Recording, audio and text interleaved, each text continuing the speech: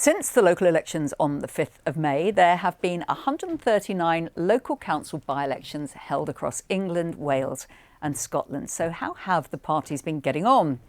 The Conservatives have recorded a net loss of 14 seats. It's bad news for Labour too. They're down 8. UKIP aren't doing too well either. They've lost a total of 2 councillors. But the Lib Dems, in stark contrast, have been doing rather well. They've gained 21 council seats. The SNP have lost 1 councillor and the Greens have gained 1 councillor. Well, to read the runes of these local election results, we've been joined by Professor Tony Travers from the Department of Government at the London School of Economics. Tony Travers, you're excited by all of this. I know. Bring your excitement with you. There are local by-elections every Thursday, almost all year round, Jenny. Yep. They're amazing what you learn. Great stuff. And it does look like there's one clear story coming out, at least from this recent set. By-election wins for the Lib Dems. Are they on the up?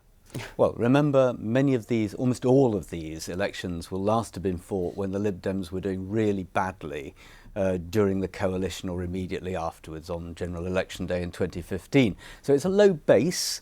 On the other hand, they are doing much better in these by-elections than in national opinion polls, interestingly. But the other story, of course, is that Labour, as the main opposition party, is really not doing well at all.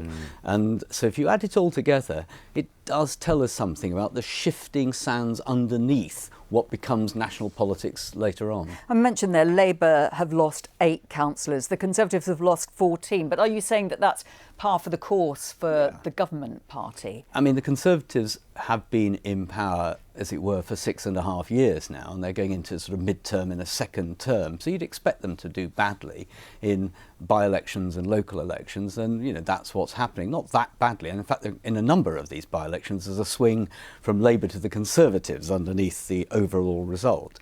But for Labour, who've now been in opposition since 2010, they really ought to be picking up not only in these local by-elections week by week, but if you go back to the May elections, the by-election, May local elections this year, they didn't do nearly as well as an opposition party should have done 1 or 2 years after a general election. Because if you add up the local election results, particularly once a year when they take place all together, they're a very good indicator of how well a party is likely to do at the next general election. Oh, well, you see, that's the thing that we always look for, that read across from success in by-elections like these across to the general election. So for the Lib Dems, who are placing so much store on these by-elections and indeed the by-election coming up in Richmond, they were very pleased with their results in Witney. Have they got cause to not necessarily celebrate, but have a lot more optimism than they may have had before now? Well, less pessimism, perhaps, in recent years. I mean, in fairness to the Lib Dems, this is the way they built up. If you remember, the Lib Dems were doing really badly in the 50s and 60s, you know, the old joke about how small the Liberal conference as it then was. Since then, and over the 60s, 70s and 80s, they built up step by step, pavement politics, all of that, remember all of that. And they got to the point where in the 2010 after the 2010 election, there were enough of them with the Conservatives to form a government.